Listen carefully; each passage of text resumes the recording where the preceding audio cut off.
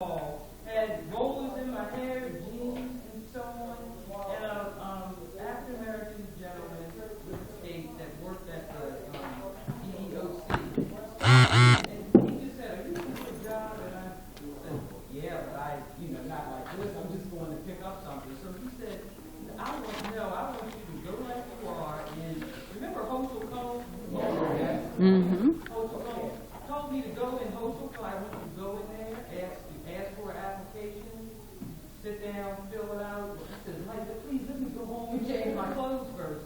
He said, no, I want you, because I think they were trying to, they had a case against them for discrimination.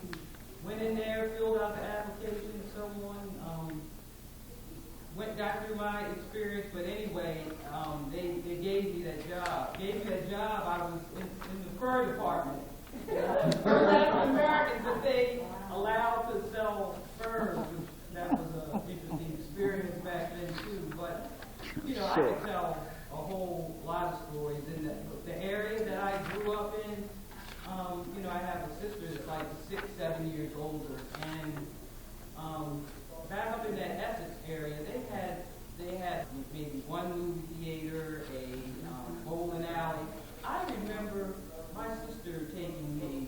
We would have to sit in the back, and we couldn't bowl or go to the movies. Well, as the movies were showing, we would have to sit in the back and watch the movies. We would have to, if we had to bowl, we would have to wait till the whites finished, and then that's when we could bowl. So I kind of remember some of those things, and that just never forget. I remember when my sister first got her driver's license, and we went off down Rocky Point and Hyde Park. Some of you might know that area, Hyde Park.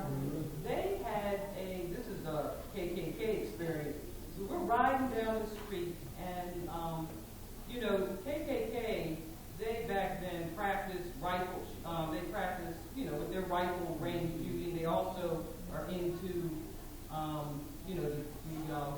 the bow and arrow stuff. Mm-hmm. We were riding along, and then my sister sees this because she's, like 6 or 7. She goes, Sharon, just duck down and stay down and just keep, And I'm like, what are you talking about? Look over there. I actually saw in my lifetime people with hoods on shooting in a rifle range, and this was basically in the 70s. It's interesting. And then what's going on now? I'm like, wow, it just brings back things that have happened in the past. I could, I have a 28-year-old son, and I could share experiences.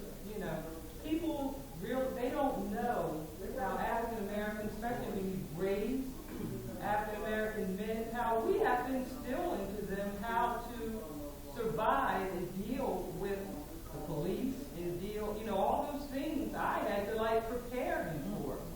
And people that are in all these other communities, they